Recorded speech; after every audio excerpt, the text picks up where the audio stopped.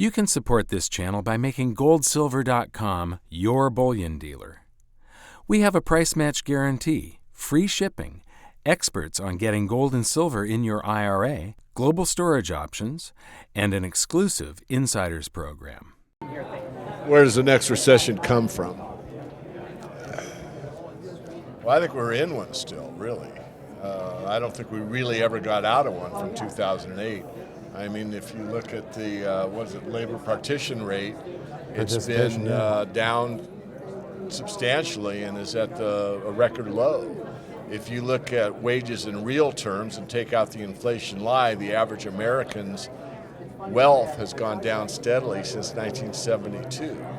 So these are concepts that you won't hear from the New York Times. And the reason that unemployment is falling isn't because they're getting jobs, it's because they're dropping out of the labor force. They're not applying. Unemployment is calculated by the people that are filing for unemployment insurance and getting a check.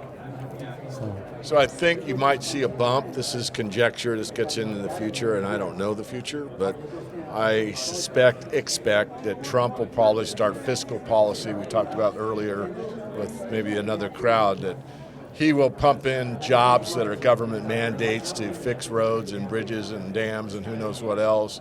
And so there'll be direct payment from the government into the working people that are doing the work.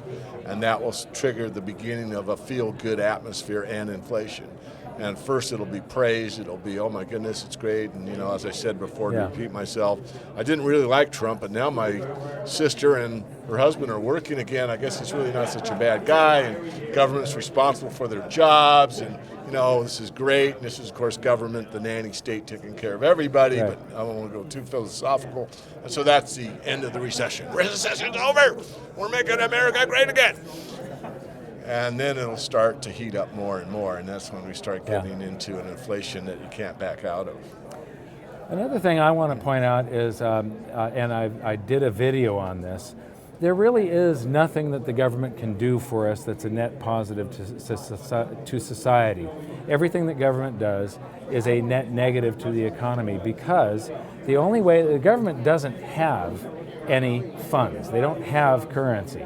They have to either take it from us in direct taxation or through the inflation tax. Those are the only two sources of income for the government.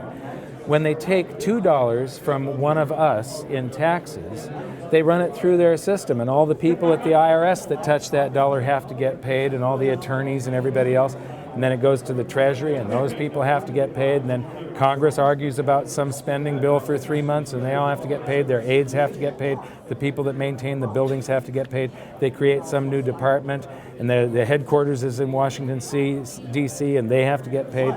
There's regional departments in every state, and they all have to get paid. And then finally some school teacher gets a buck that spits out the other end of this system after stealing $2 from the economy. A buck comes out. And in the meantime, you've had these frictional jobs that don't produce anything that any sane person would buy. They produce misery.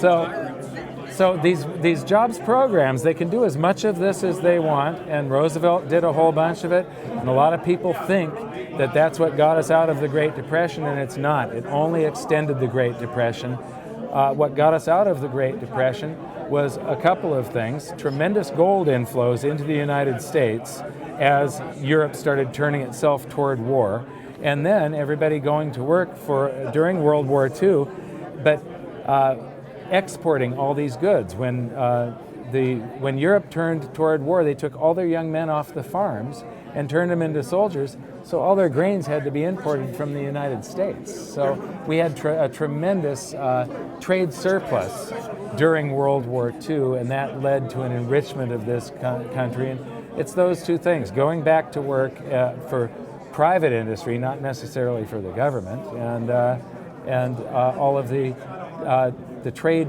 surpluses that got us out of World War II, and a few other factors that have nothing to do with all of these great programs that Roosevelt supposedly came up with.